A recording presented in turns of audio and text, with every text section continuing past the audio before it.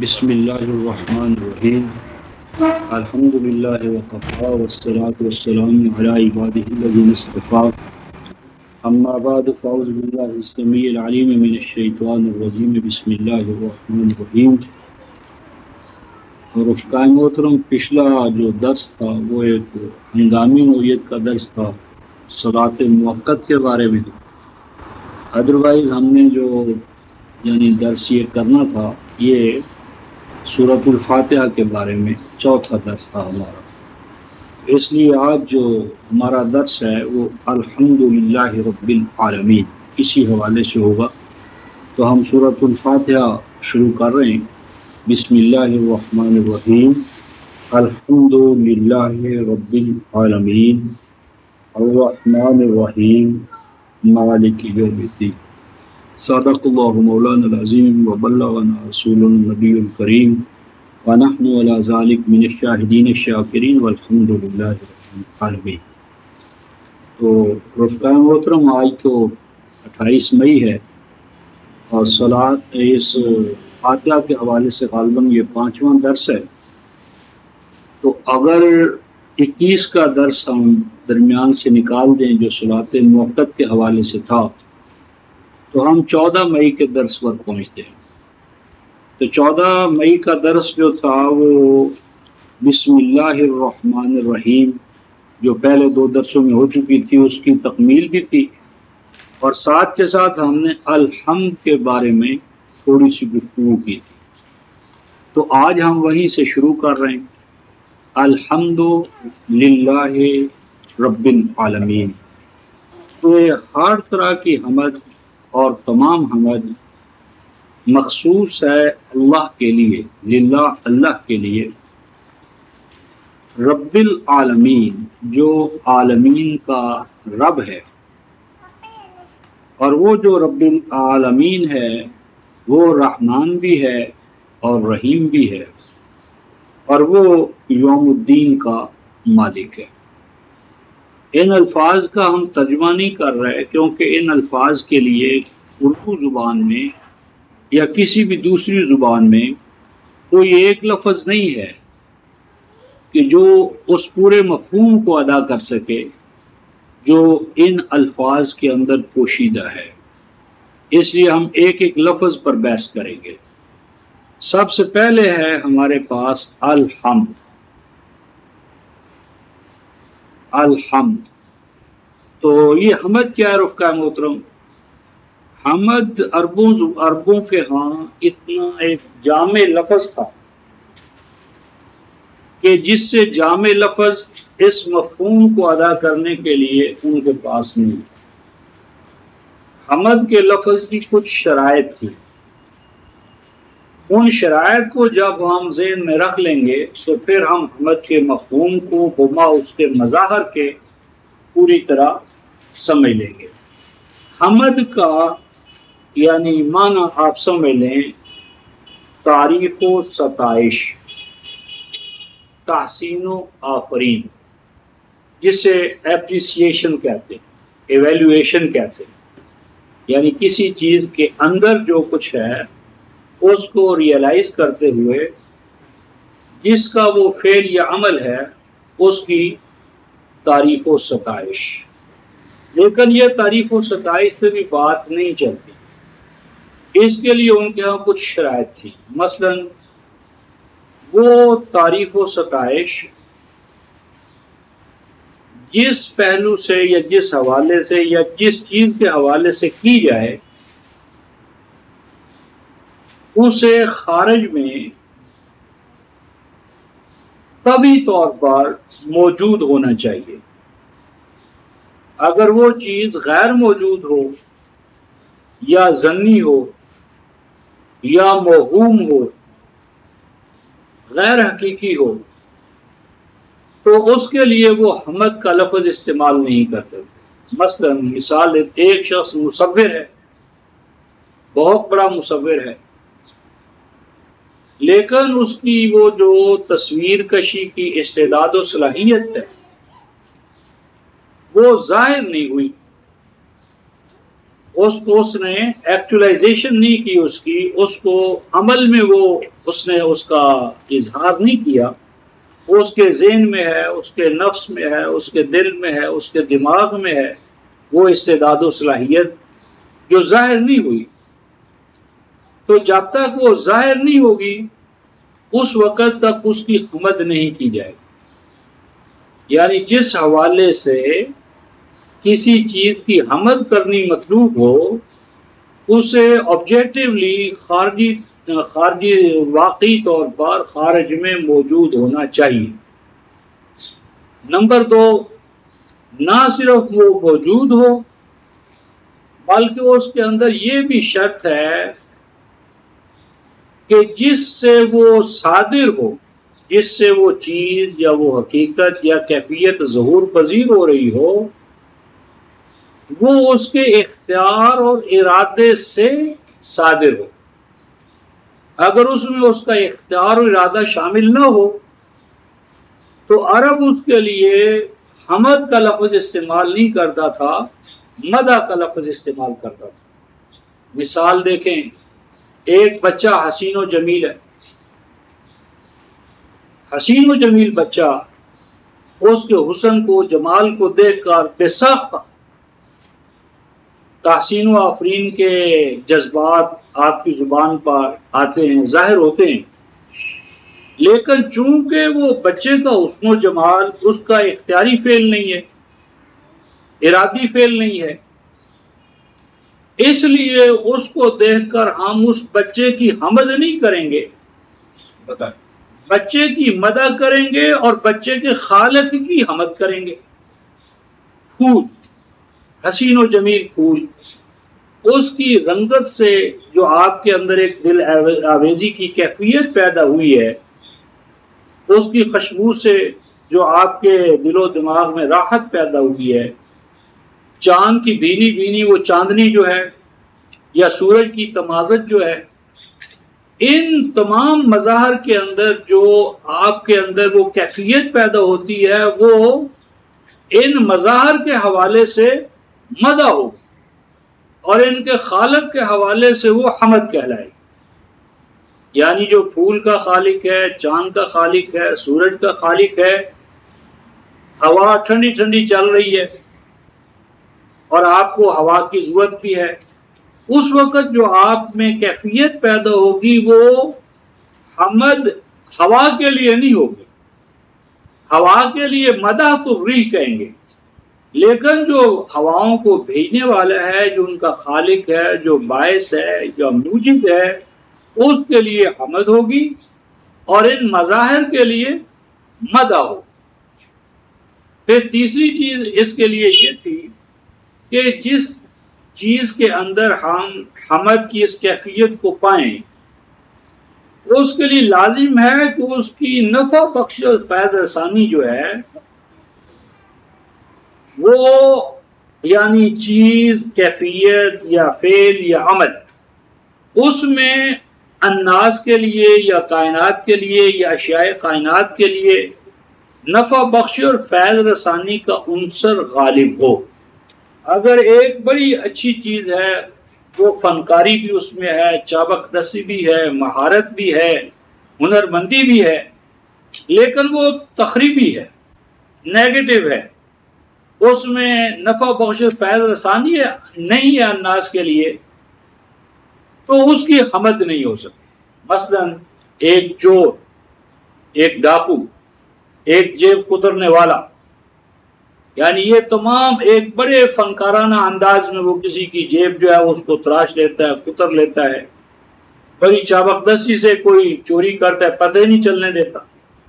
تو اگرچہ وہ حمد تو اس کی کوئی کرنے والا کر سکتا ہے لیکن تعریف نہیں کی جا سکتی، حمد نہیں کی جا سکتی. مدح کی جا سکتی ہے، مدح اس کی ہو سکتی ہے لیکن اس کے لیے حمد نہیں ہے. حمد اس کی تب ہوگی کہ جب وہ چیز جس کی ہم حمد کرنا چاہیں اس کے خالق کے لیے اس میں نفع بخشی اور فیض رسانی کا آپ کے پاس کیا ہے، علم ہو، یعنی وہ فیض رسانی یا نفع بخشی اس میں پائی جائے. اور اسی طرح ایک شرط لطائف اللغہ والے نے یہ لکھی ہے کہ وہ چیز جس کے حوالے سے ہم حمد کرنا چاہتے ہیں ہمیں اس کا علم ہو، یعنی اس کا ہم علم بھی حاصل کریں، وہ چیز نون بھی ہو ہمارے حوالے سے، یعنی اس کی جو کنہ ہے، اس کی جو حقیقت ہے، اس کا ہم ادراک کریں، ایپریہینڈ کریں، اس کو ہم جانیں، اس کے ما لہو اور ما علیہ کا ہمیں علم ہو۔ اگر اس کا ما لہو اور ما علیہ اس کا ہمیں علم نہ ہو تو اس کے لیے بھی وہ حمد کا لفظ استعمال کرنے سے گریز کرتے تھے۔ اب ان چیزوں کو، ان شرائط کو اگر ہم سامنے رکھیں گے تو یہ جو ہے الحمد للہ رب العالمین کہ حمد و ستائش اللہ کے لیے ہے اور صرف اللہ کے لیے ہے۔ کیوں؟ اس لیے کہ وہ عالمین کا رب ہے۔ اب یہ تو حمد کے حوالے سے بات ہوئی، اب ہم رب کے حوالے سے، تو رب کا بھی لفظ رفقائے محترم بہت جامع ہے۔ رب کا جو ہے وہ مالک ہونا، خلاق ہونا، کسی چیز کا باعث ہونا، کسی چیز کو وجود پذیر یعنی وجود بخشنے کے بعد اس کو تدریجی مراحل سے گزارتے ہوئے اس کے نقطۂ کمال تک پہنچا دینا، یہ رب ہے، یہ ربوبیت ہے۔ یعنی ربوبیت ہے کسی چیز کو اس کا مالک بن کر یا اس کا خالق بن کر اس پر اپنا قبضہ اور تصرف رکھ کر اس قبضے اور تصرف کو اس طرح مینیپولیٹ کرنا کہ اس چیز کے اندر جو خوابیدہ امکانات ہیں ان کی وہ نشو و نما کرے، اور نشو و نما کو تدریجی مراحل سے نقطۂ آغاز سے بڑھاتے بڑھاتے اس کو نقطۂ تکمیل تک پہنچا دے۔ اس پروسیس کو ربوبیت کہتے ہیں، اور ایسے فرد کو رب کہا جائے گا۔ اس لیے مالی جو ہے اس کو رب البستان کہتے ہیں، گھر کے مالک کو رب البیت کہتے ہیں، اور گھر کی مالکہ کو ربۃ البیت کہتے ہیں۔ حتیٰ کہ جو استاذ ہے اس کو بھی رب کہتے ہیں، مسلم کو بھی رب کہتے ہیں، اور کوئی بھی ایسا جو دوسرے کی اس انداز میں تربیت کرے تو اس کے اندر جو خوابیدہ صلاحیتیں ہیں وہ نشو و نما یافتہ ہوتی چلی جائیں اور وہ نقطۂ آغاز سے نقطۂ تکمیل کی طرف پہنچتی چلی جائے، وہ چیز یا وہ پروسیس یا وہ مظہر یا وہ فرد۔ تو جب ہم اس کو اس طرح ان تدریجی مراحل سے گزاریں گے تو یہ عمل ہمارا جو ہے یہ ربوبیت کہلائے گا۔ پھر اس ربوبیت کے 4 مظاہر ہیں۔ ایک تو خارجی کائنات کے حوالے سے، خارجی کائنات میں نباتات ہیں، حیوانات ہیں، انسان ہے۔ پھر انسان کے 2 مرحلے، ایک اس کا فزیکل نرشمنٹ جس میں اس کی باڈی اور اس کے تقاضے، حیوانی تقاضے، ان کو پورا کرنا، یہ تیسرا مرحلہ ہے۔ اور چوتھا مرحلہ اس کے اندر آئے گا انسان کے اندر جو نفخت فیہ من روحی فقعوا لہ ساجدین، کہ انسان کے اندر جو آئی ایمنیس ہے، انسانی ذات جو امکان کے طور پر انسان کے اندر رکھ دی گئی ہے، اس کی نشو و نما، اور اس کی نشو و نما کے لیے ایک پیٹرن اور ایک قالب درکار ہوگا، اس کے لیے ایک گائیڈنس درکار ہوگی، اور پھر اس رب سے ہم ہادی کی طرف آئیں گے۔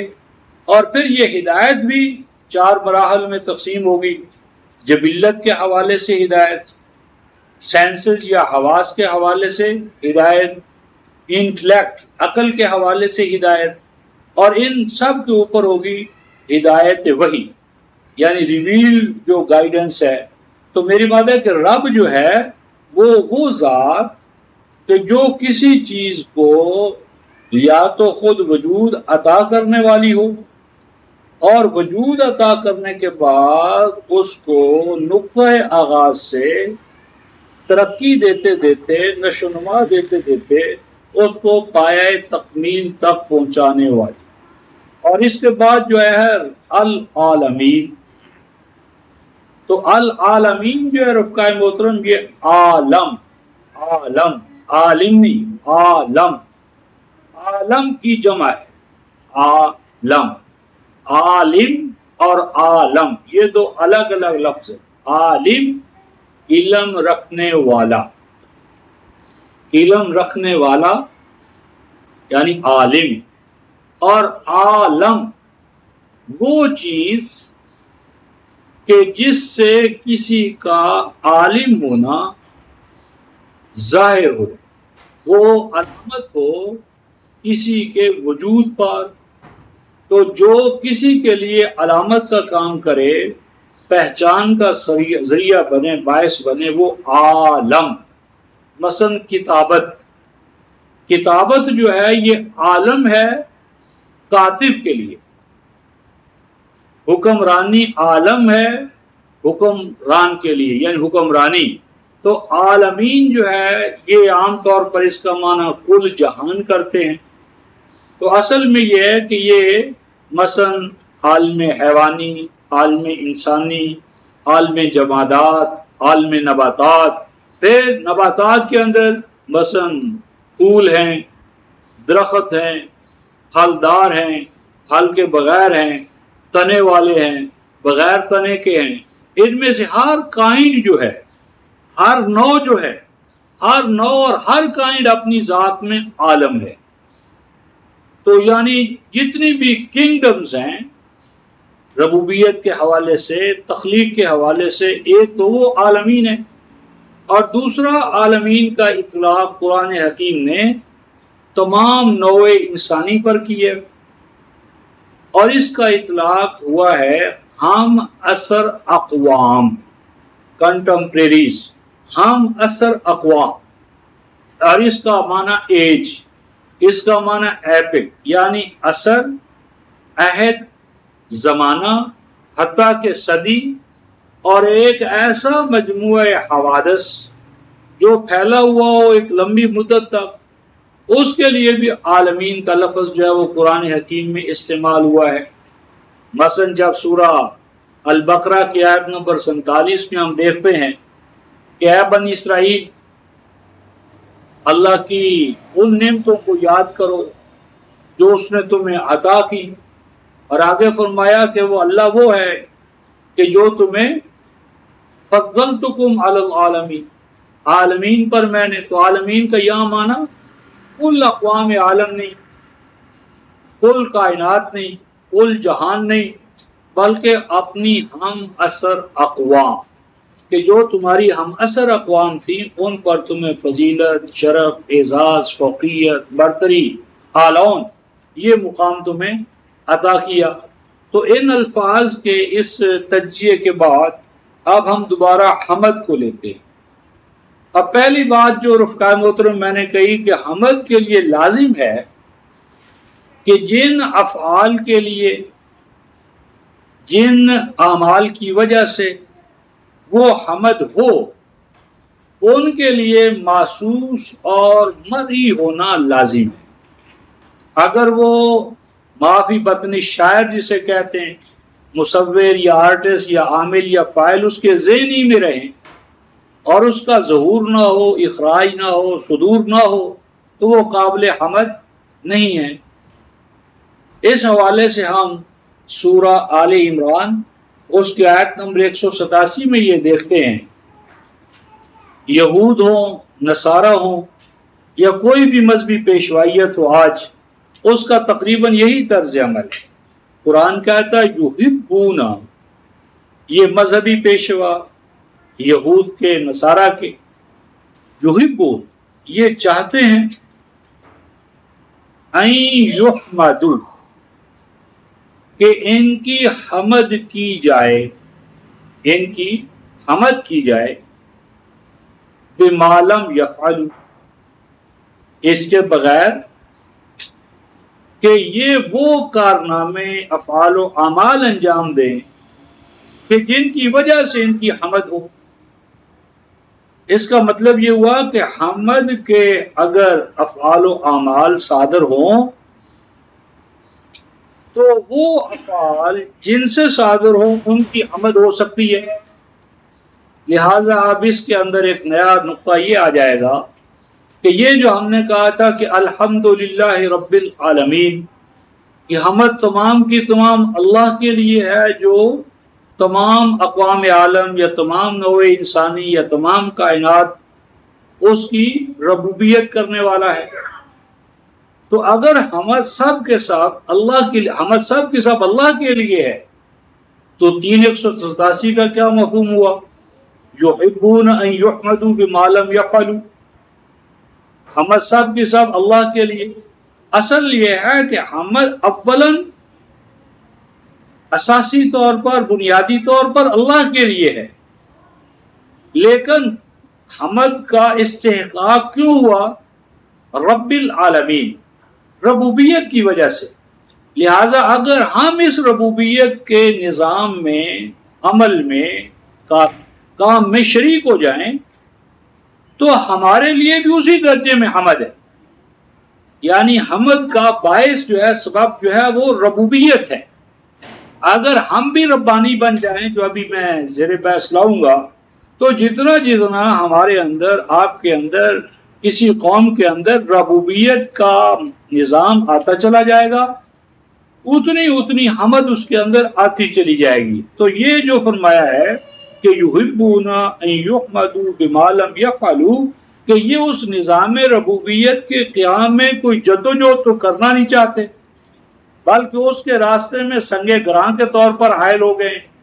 یہ عقیدہ بنا لیا ہے کہ یہ جو معیشت ہے، اس کا روزی ہے، یہ اللہ کی تقسیم کردہ ہے. غریب اور امیر کو اللہ نے بنایا ہے. تو غریب اور امیر کو جب اللہ بنا چکا ہے تو اس کا مطلب ہے کہ نظام معیشت میں کسی اصلاح کی ضرورت نہیں ہے، بلکہ اگر ہم اس میں کوئی اصلاح کرنا چاہیں گے تو وہ فساد کے مترادف ہے. جس طرح حدیث بنائی کہ ابھی بچہ 40 دن کا ہوتا ہے ماں کے پیٹ میں، جب اس میں روح ڈالی جاتی ہے، حالانکہ بچہ تو پہلے دن سے زندہ ہوتا ہے، اگر وہ خردبینی ذرا زندہ نہ ہو، حیات نہ ہو، اس میں تو وہ نشو و نما پا ہی نہیں سکتا.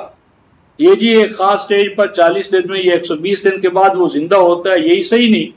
خیر وہ کہتے ہیں جب 120 دن گزرتے ہیں تو یرسل علیہ ملکن، تو ایک فرشتہ بھیجا جاتا ہے اور وہ وہاں لکھ دیتا ہے کم یعنی یرزق، اس کو رزق کتنا ملے گا، روٹی کیسے ملے گی، کتنی اس کو معیشت اس کی کیسے ہوگی، عمر اس کی کتنی ہوگی، نیک ہوگا یا بد ہوگا. یعنی نیک یا بد ہونا، لمبی عمر والا یا چھوٹی عمر والا ہونا، غنی و فقیر ہونا. کون کہتا ہے؟ یہ حدیث ہے. کس حدیث؟ یہ مسلم میں، ہاں، الباس ایک چیپٹر ہے، تو یہ وہاں بھیجا جاتا ہے فرشتہ، وہ یہ تمام چیزیں لکھ دیتا ہے. اور آگے کہتا ہے قد جف القلم، کہ جب وہ لکھ دی جاتی ہے تو قلم خشک ہو گئی. مطلب یہ کہ اب وہ انچینجیبل ہے، وہ وہی کچھ ہوگا. تو جب مذہبی پیشوائیت نے یہ تصور دے دیا کہ ان چیزوں کا تعلق تو قضاء و قدر سے ہے، اللہ لکھ چکا ہے، اب آپ نے اسلام کی جو برتری تھی اس کو کتنا بڑا پٹا لگایا.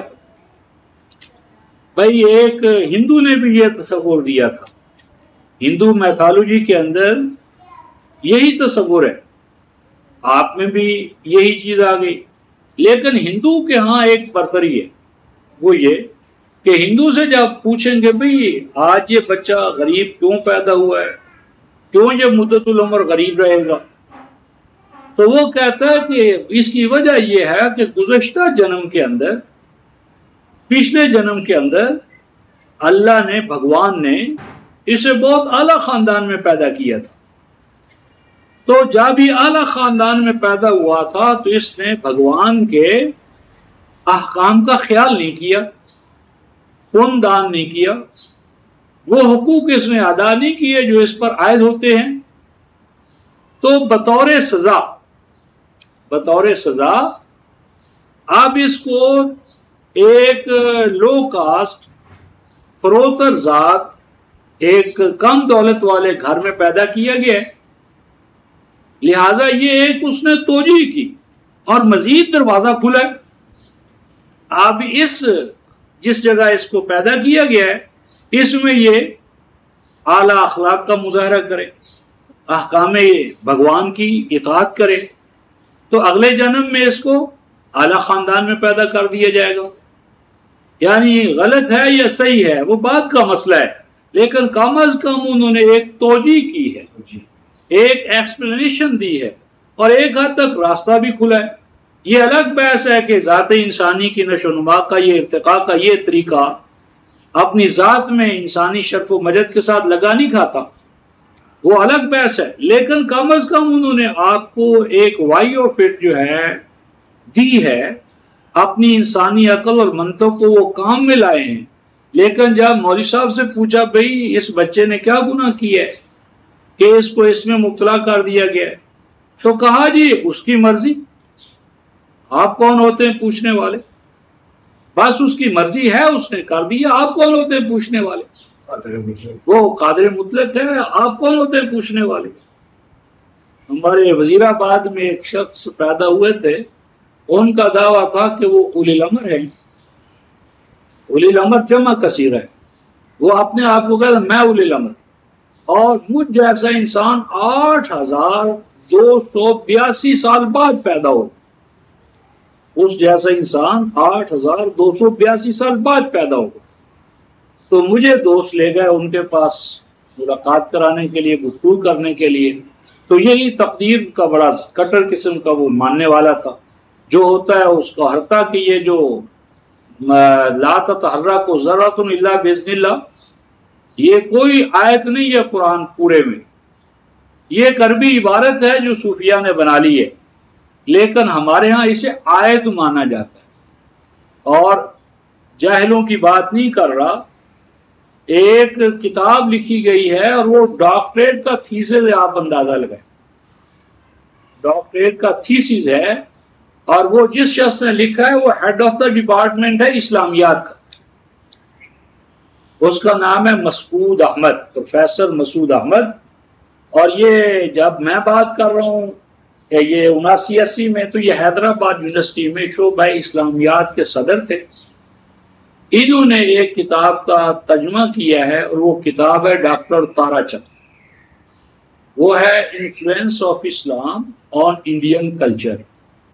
تو اس کے صفحہ 56 پر اوپر اس نے تارا چند نے تو انگریزی میں اس کا صفحہ تو کوئی اور ہوا، تو اس میں اس نے یہی جو تقدیر کا تصور ہے اس پہ بحث کی ہے، اور کہا ہے کہ یہ تقدیر کا تصور مسلمانوں کے اندر بھی موجود ہے جس طرح ہم ہندوؤں کے اندر ہے۔ تو یہ پروفیسر صاحب جنہوں نے یہ ترجمے پر ڈاکٹریٹ کا تھیسس انہوں نے لکھا، اور ان کو ڈاکٹریٹ کی ڈگری الاٹ کی گئی ہے، تو وہ صفحہ 56 پر لکھا، ہاں ڈاکٹر صاحب بالکل بجا فرما رہے ہیں، کیونکہ قرآن حکیم کی ایک آیت ہے کہ لا تتحرک ذرۃ الا باذن اللہ، یعنی ایک ہندو نے کہا، مسلمان عالم نے، یہ مسعود احمد جو ہے یہ مولانا محمد مظہر جو مفتی اعظم کہلاتے ہیں، مفتی کفایت اللہ سے پہلے دہلی کے جامع مسجد کے خطیب تھے، بعد میں فتح پوری کے خطیب بن گئے تھے، ان کے بیٹے یعنی خاندانی طور پر مولوی اور قاضی ہے، اور ہندو کی تائید کر رہا ہے صفحہ 56 پر، اور اتنا تکلف نہیں کرتا کہ وہ قرآن میں دیکھ تو لے کہ یہ آیت ہے یا نہیں ہے۔ آپ ہم جو عام آدمی ہے بیچارہ وہ کہاں جائے گا؟ اور اگر میں آپ کو یہ بتا دوں کہ جس بورڈ آف ڈائریکٹرز نے ان کو ڈاکٹریٹ کی فیس وہ ڈگری الاٹ کی ہے یونیورسٹی کی، تو وہ کون کون ہے؟ تو آپ حیران رہ جائیں گے۔ اس سے پتہ چلتا ہے کہ ہمارے ہاں جہالت جو ہے اس کو کس قدر پروان چڑھایا جا رہا ہے۔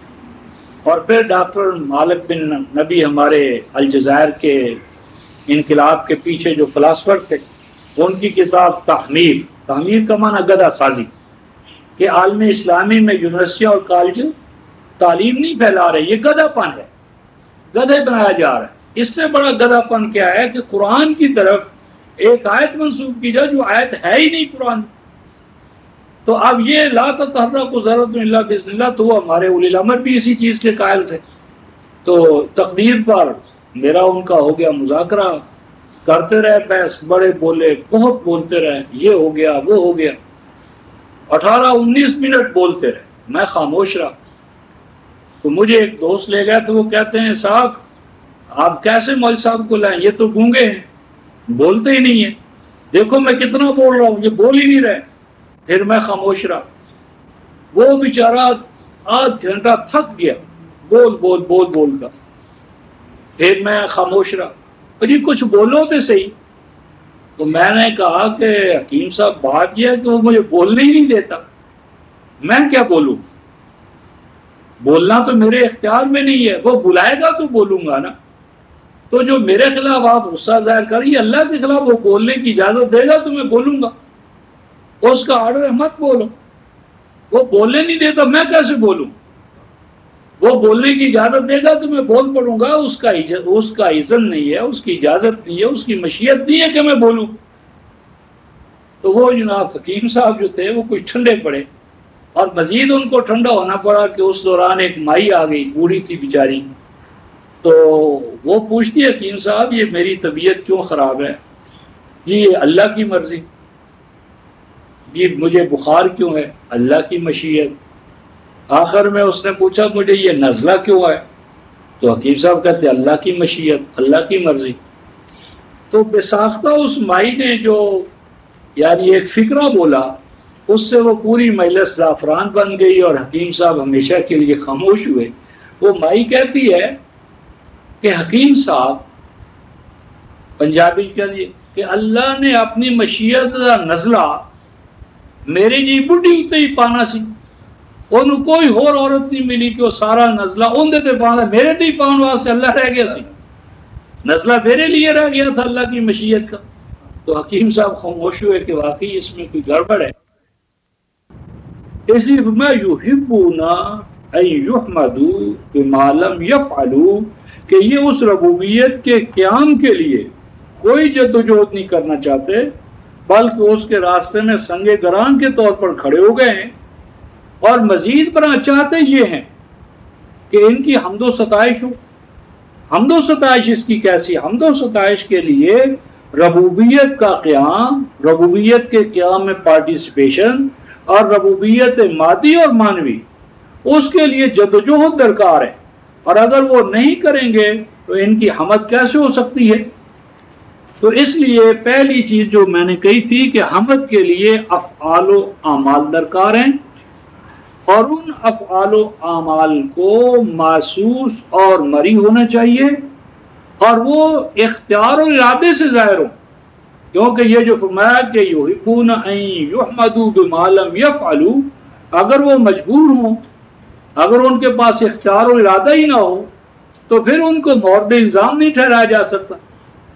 تو اس لیے پہلی چیز 387 کی روح سے ہمارے سامنے آئی کہ حمد و ستائش، تعریف، اپریسیشن یہ افعال و اعمال کے حوالے سے ہے.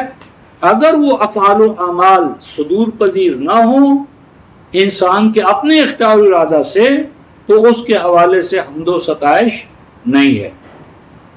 اب اس کے ساتھ 9:112 کے اندر جماعت مومنین کے جو اوصاف ہیں، ان اوصاف کے اندر ایک لفظ ہے الحامدون. الحامدون، تو یہ جو الحامدون ہے اللہ تبارک و تعالیٰ کی حمد کرنے والے، تو یہ مجرد ایک زبان کا فعل نہیں ہے. اگر زبان کا فعل ہو تو وہ تو ایک قول ہے، اور ایسا قول جس کے پیچھے زندہ شہادت نہ ہو وہ قابل قبول نہیں ہے. تو الحامدون کا یہ معنی ہے کہ ربوبیت عالمینی کے قیام کے لیے اپنے آپ کو وقف کر دینے والے، جدوجہد کرنے والے، الحمدللہ رب العالمین. یہ جو ڈکلریشن ہے، اس ڈکلریشن کو ایک زندہ حقیقت میں منقلب کرنے والے انسانی دنیا کے حوالے سے، یعنی خارجی کائنات کے اندر تو ربوبیت عالمینی آٹومیٹکلی از خود جاری و ساری ہے، یعنی انسان کے ما سوا جو انواع حیوانی ہیں یا عالم نباتات ہے، عالم موجودات جتنا ہے انسان کے ما سوا، وہ تو آٹومیٹکلی از خود وہ ربوبیت کا نظام پروسیس جاری و ساری ہے، لہٰذا وہ تو مسئلہ نہیں ہے۔ باقی انسانی دنیا کے اندر ربوبیت کے نظام کا قیام یہ انسانوں کی، آپ کی اور میری، بالکل مسلمانوں کی ذمہ داری ہے۔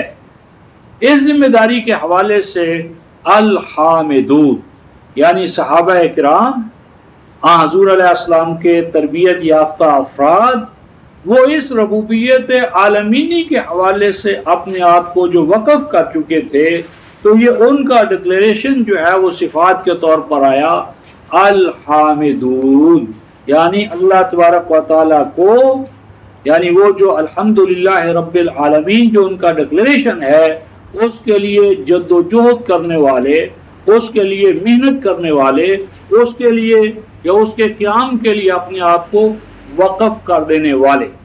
اس کے بعد ایک اور پہلو آپ کو اور ہمارے سامنے آتا ہے، اور وہ ہے بڑا سمجھنے والا۔ مثلا سورہ صف جو ہے 61 صورت ہے، اس 61 صورت کے اندر اللہ تبارک و تعالیٰ نے سیدنا مسیح علیہ السلام کے حوالے سے یہ بیان فرمایا ہے آیت نمبر 6 میں کہ میں تمہیں بشارت دیتا ہوں، 61/6، میں تمہیں بشارت دیتا ہوں کہ میرے بعد ایک نبی آئیں گے، مبشرم برسول، میں تمہیں بشارت دیتا ہوں کہ میرے بعد ایک رسول آئیں گے، اور وہ رسول کیا ہوں گے؟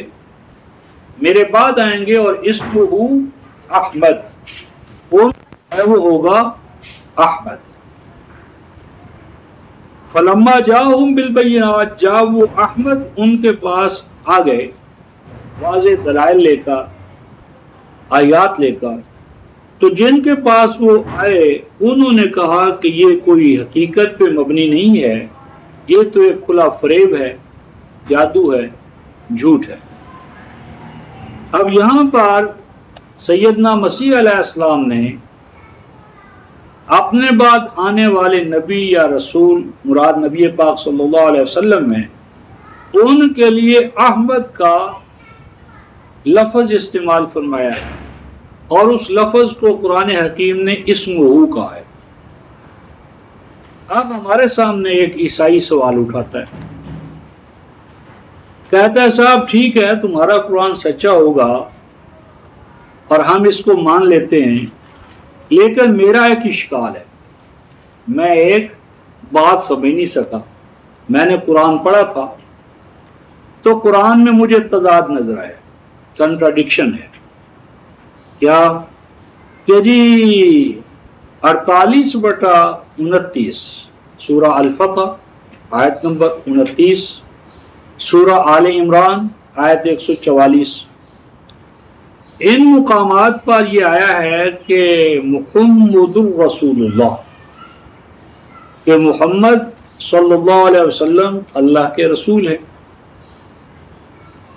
تو یعنی تمہارے نبی، ان کا نام کیا ہے؟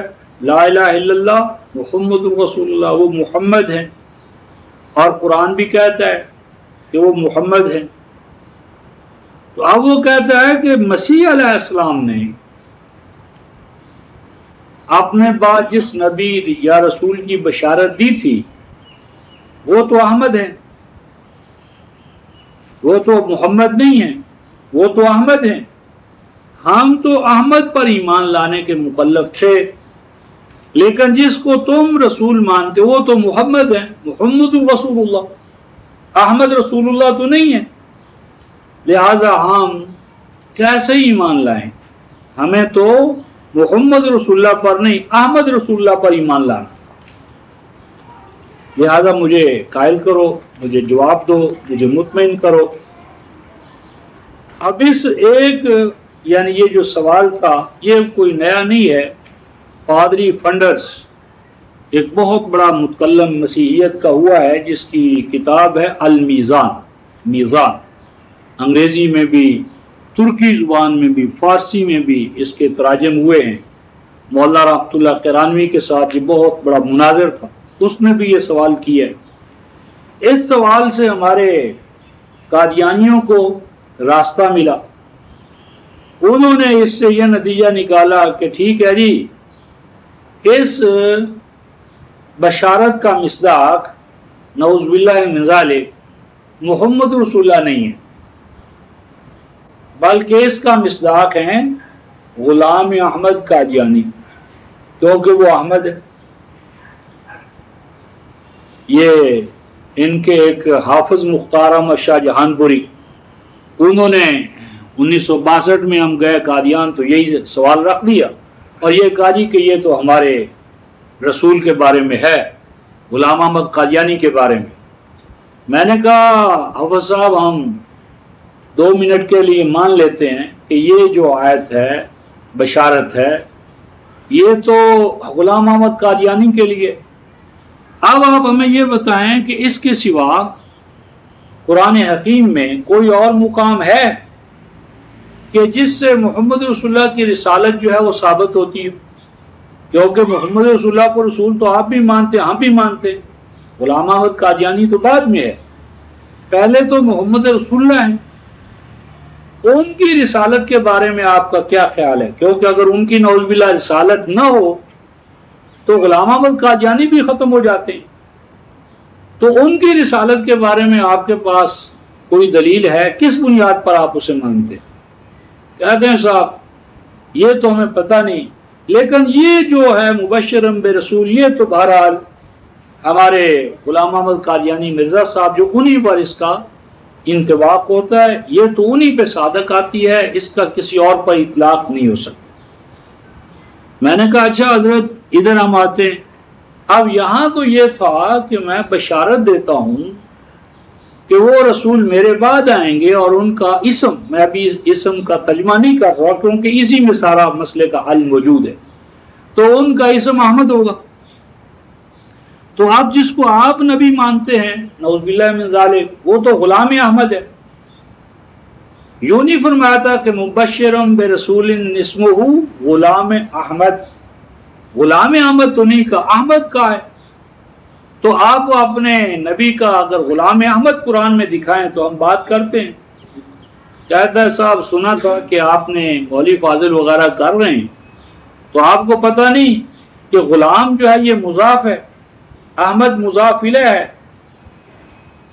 جس طرح ہم کہیں زید کا غلام، اللہ کی کتاب، اللہ کا رسول، تو یہ غلام جو ہے یہ مضاف ہے، غلام مضاف ہے اور احمد مضاف الیہ ہے.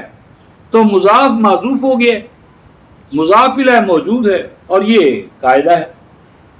تو میں نے کہا اب صاحب یہ قاعدہ اگر ہر جگہ آپ استعمال کرنا شروع کر دیں تو میں نے کہا اور کسی کو فائدہ پہنچے یا نہ پہنچے، کم از کم مجھ جیسے جن کے نام ہیں ان کو بڑا فائدہ پہنچ سکتا ہے. وہ کیسے؟ میں نے کہا میرا نام ہے کفایت اللہ، تو کفایت تو مضاف ہے اور اللہ مضاف الیہ ہے. یا ایک شخص کا نام ہے عطا اللہ شاہ بخاری، تو وہ کہتا ہے عطا تو مضاف ہے اور اللہ مضاف الیہ ہے. مضاف الیہ اصل ہے، مضاف تو ایسے ہی ہوتا ہے. تو عطا اللہ شاہ بخاری کہتے ہیں کہ میں عطا ختم کر دو اللہ رہ جاتا ہوں، تو میں اللہ کہتا ہوں کہ غلام احمد قادیانی جھوٹا ہے، بے ایمان ہے، میں نے اسے نہیں بھیجا. اور جہاں بھی اللہ کا لفظ ہے وہاں اس سے مراد عطا اللہ ہے. تو یہ کیا بنے گی بات؟ اگر آپ کے ہاں یہ اس قاعدے کا فائدہ ہو سکتا ہے تو پھر ہر آدمی فائدہ اٹھائے گا. تو اس لیے اس کو آپ ذرا رہنے دیں، بات کسی اور حوالے سے کریں.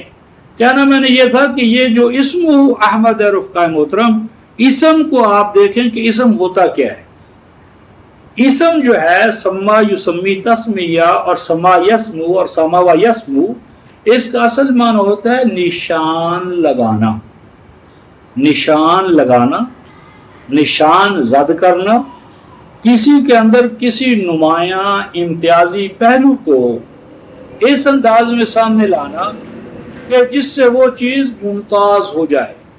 وہ چیز پہچانی جائے، وہ چیز سب انواع کے اندر یا سب مظاہر کے اندر یا سب اشیاء کے اندر وہ چیز ممتاز ہو جائے، نمایاں ہو جائے، کھل کر سامنے آ جائے، تو جس چیز سے وہ چیز واضح ہو جائے، کھل کر سامنے آ جائے، نمایاں ہو جائے، بقیہ پر اس کا امتیاز تام قائم ہو جائے، اس چیز کو اس کا اسم کہا جائے گا۔ مثلا آپ پہ اکبر دا گریٹ، اکبر اعظم، تو اب اکبر تو اور بھی ہوئے ہوں گے اور ہیں، تو اکبر کے ساتھ اعظم کا لفظ جو ہے یہ اسم کہلائے، اس معنی میں کہ یہ اعظم کا لفظ اس اکبر کو دوسرے اکابر سے یا دوسرے اکبروں سے ممتاز کرتا ہے، جدا کرتا ہے۔ تو جو چیز کسی کو کسی دوسری چیز سے جدا کرے، ممتاز کرے، ڈسٹنکشن اس کی بیان کرے، اس کو اس کے لیے اسم کہا جاتا ہے۔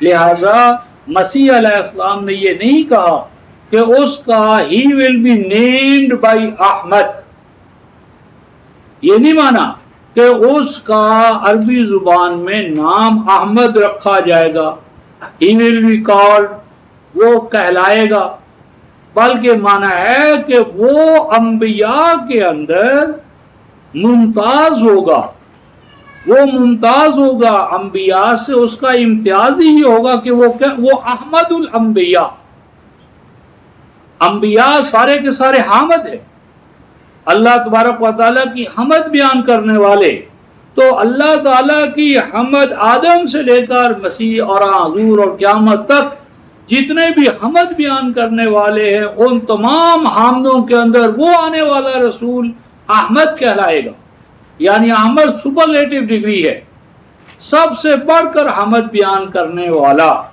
اور حمد کے لیے، ربوبیت عالمینی کے لیے جو بھی جدوجہد ہے، اس جدوجہد میں گوئے سبقت لے جانے والا، آگے نکل جانے والا، اور اس کا نتیجہ یہ ہے کہ اس کو جو کلام ملا ہے اس کا آغاز ہی ہوتا ہے الحمدللہ رب العالمین، اور اس کو جو پورا کلام ملا ہے وہ ہے ہی حوامد اربع کا مجموعہ، اور قدم قدم پر ہر صفحے پر اللہ کے لیے حمد ہے، ثنا ہے، ستائش ہے، اس کی کبریائی کو اسٹیبلش کیا گیا ہے۔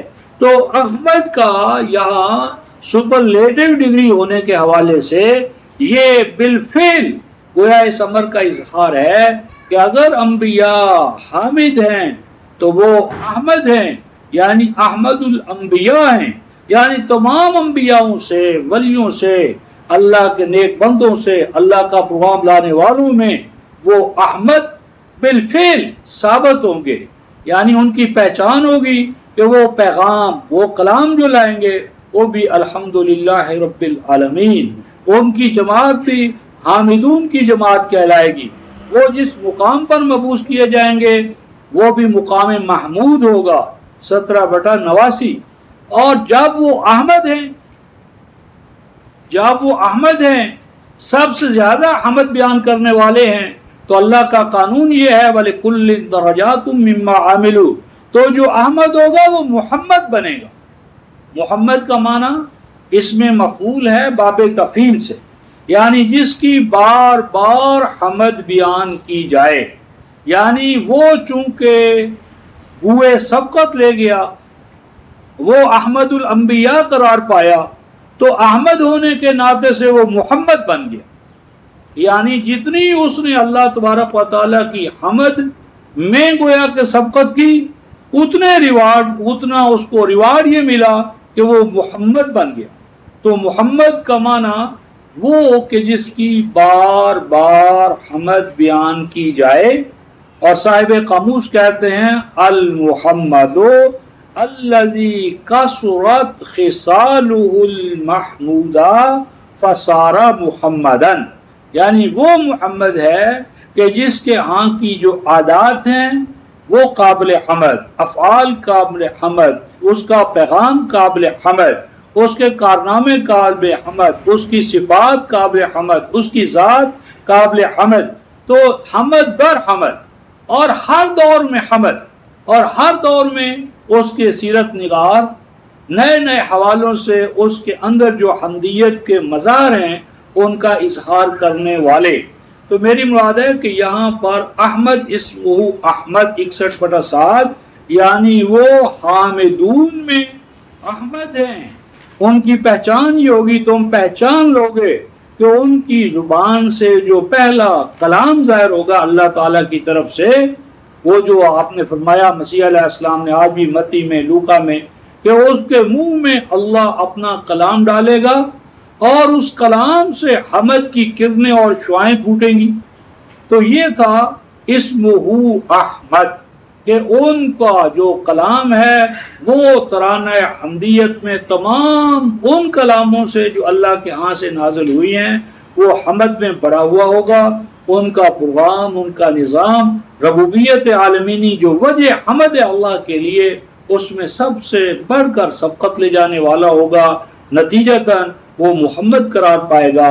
اور اسی حوالے سے 17/89 جو ہے عَسَىٰ أَن يَبْعَثَكَ رَبُّكَ مَقَامًا مَحْمُودًا کہ آپ اس کام کو کیے جائیں، وہ وقت قریب ہے کہ اللہ تبارک و تعالی آپ کو اس پوزیشن پر لے آئے گا، اس مقام، اس پوزیشن، اس منصب پر آپ پہنچیں گے مقام محمودہ کہ جہاں ہر طرف آپ کے افعال اور اعمال جو ہیں، آپ کے کارنامے جو ہیں، آپ کا پروگرام جو ہے وہ حمد کے قابل قرار پائے گا۔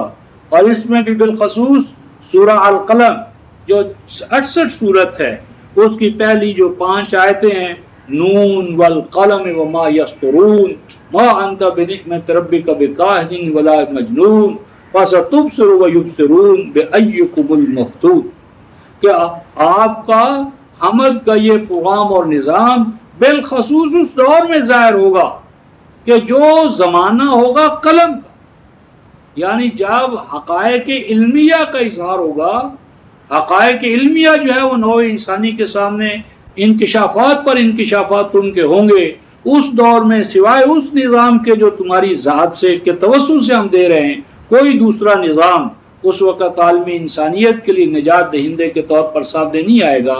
تو میری مراد ہے کہ یہاں پر ایک تو یہ پہلو ہے، اور اس کے ساتھ رفقائے محترم ایک اور کہ یہ جو کتاب اللہ میں ہمیں پروگرام یا نظام دیا گیا تھا، یہ اتنا یعنی قیمتی اور اتنا انمول اور اتنا گراں قیمت تھا کہ دنیا جہان کی طاقتیں، قوتیں، دولتیں ایک طرف اور قرآن حکیم کی طاقت اور دولت دوسری طرف، تو جب تک مسلمان یہ سمجھتے رہے کہ دنیا جہان کے خزانے اور طاقتیں ایک طرف اور قرآن کی طاقت اور دولت دوسری طرف، اور قرآن کی طاقت اور دولت جو ہے وہ پڑھ کر ہے، اس وقت تک مسلمان اقوام عالم کے امام رہے۔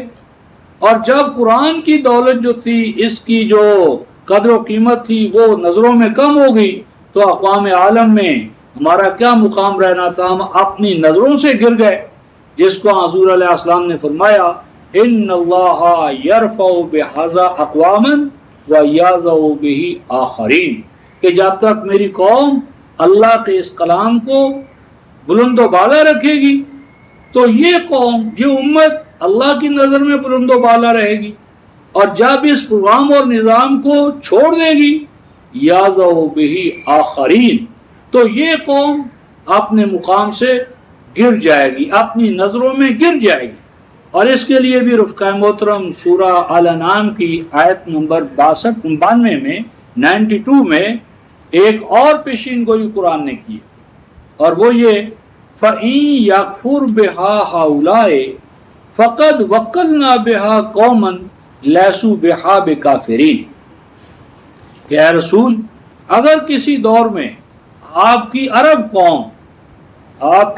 قوم ہمارے اس کلام، پیغام اور پروگرام کو چھوڑ دے گی، نہ قدری کرے گی، اس کی قدردان نہیں رہے گی، تو ایسا نہیں ہے کہ ہمارا یہ کلام، پیغام، پروگرام، کلام اللہ، اس کا اپنا کوئی مقام نہیں رہے گا۔ فقط وکلنا بہا قوما تو ہم اپنے اس کلام کا، قرآن کا، نظام ربوبیت کا وکیل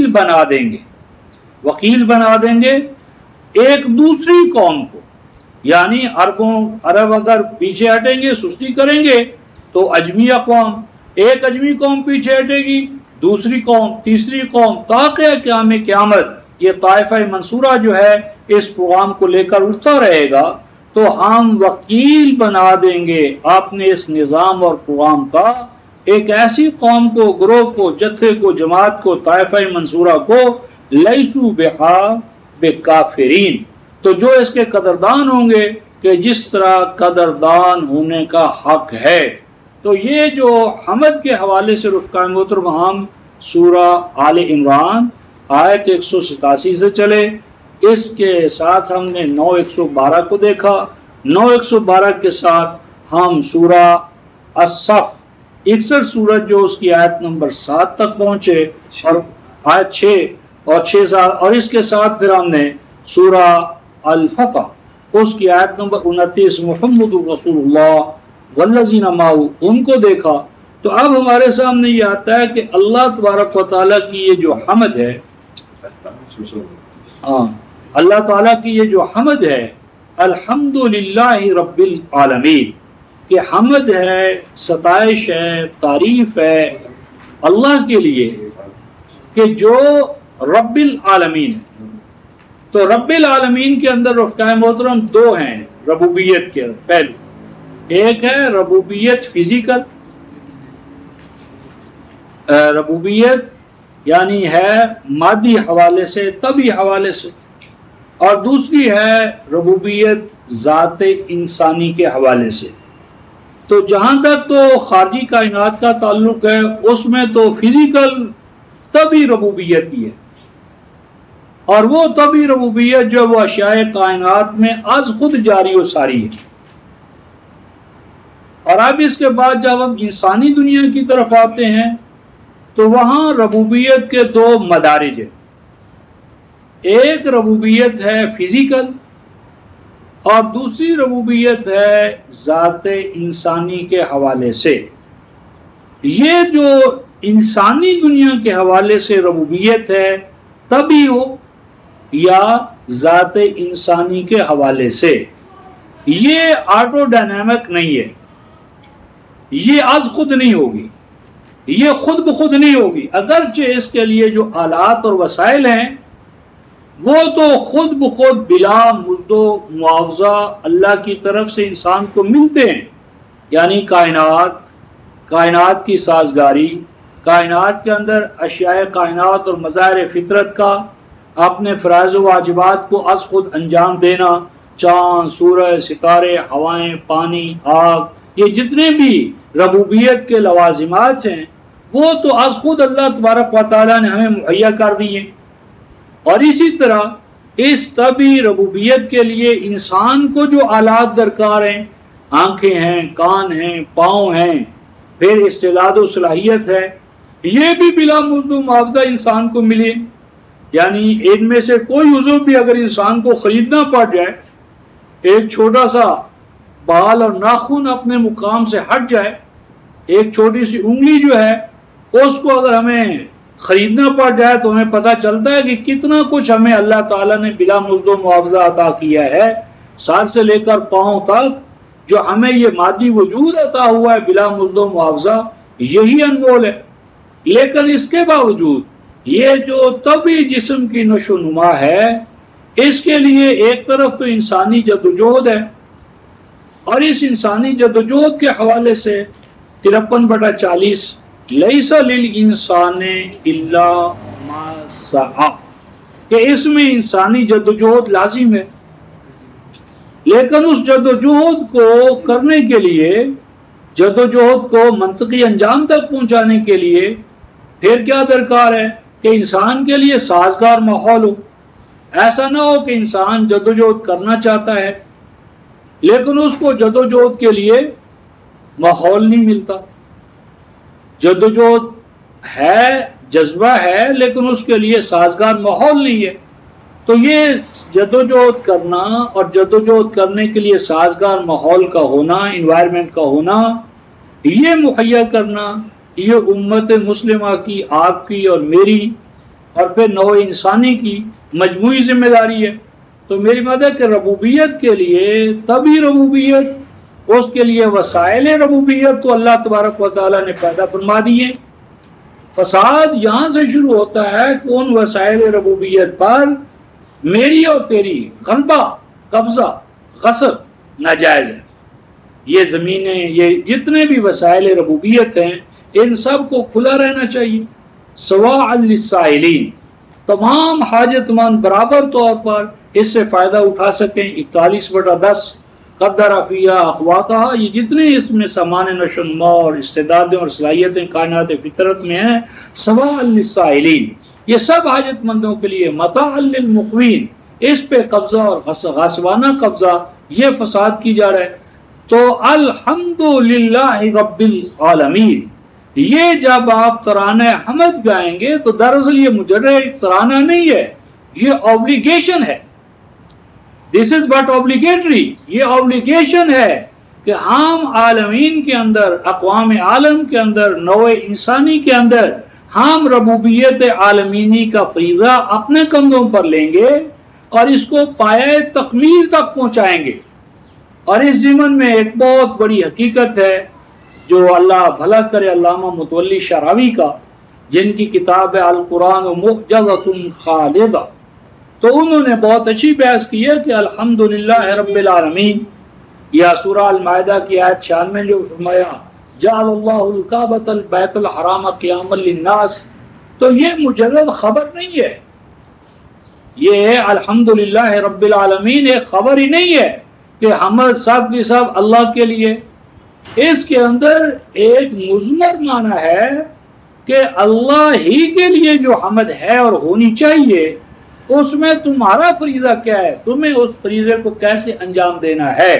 تو میری مدد ہے کہ یہ ہمارے اوپر، امت مسلمہ پر یہ واجب تھا کہ وہ رب کی ربوبیت جو انسانی دنیا میں ہے، فزیکل حوالے سے فزیکل نیڈز کا بہم پہنچانا، یہ اسلامی ریاست کی ذمہ داری تھی، اور کوئی ریاست اسلامی ہو ہی نہیں سکتی جب تک کہ طبی ضروریات کا تکفل جو ہے، کفالت جو ہے، ذمہ داری جو ہے، وہ آئینی اور قانونی طور پر ریاست اپنے ذمے نہ لے لے۔ اور یہ تو ابتدا ہے، پھر اس کے ساتھ طبی نشو و نما کے ساتھ ساتھ انسان کے اندر انسانی ذات کی نشو و نما، انسانی ذات کے لیے صبغۃ اللہ ومن احسن من اللہ صبغہ ونحن له عابدون 2:137، کہ انسان کو اسماء حسنہ یا صفات الہیہ جو اسماء حسنہ کی شکل میں قرآن میں بیان ہوئے ہیں، ان کو انسانی ذات میں اعلیٰ حد بشریت پیدا کرنا، یہ بھی ربوبیت معنوی کا لازمہ ہے۔ تو اس حوالے سے ربوبی الحمدللہ رب العالمین رفقائے محترم، یہ ہمارا امت مسلمہ کا فریضہ ہے، اور اس فریضے سے عہدہ برا ہونے کے لیے ہمیں حامد بننا ہے اور اپنے امام احمد ان کو سامنے رکھنا ہے۔ اور اس حوالے سے امت مسلمہ نے بحثیت کلی جو ہے مقام محمود اس تک پہنچنا ہے، اور اقوام عالم کو ربوبیت عالمینی کے اس پیغام میں، یعنی اس عملی پروگرام میں شامل کر کے الحمدللہ رب العالمین کو ایک زندہ حقیقت بنانا ہے۔ تو اللہ تبارک و تعالیٰ اس کے لیے ہمیں شعور، ادراک اور جدوجہد اس کی توفیق عطا فرمائے۔ آخر دعوانا الحمدللہ رب العالمین۔ اس حوالے سے کوئی سوال ہو تو حاضر ہوں۔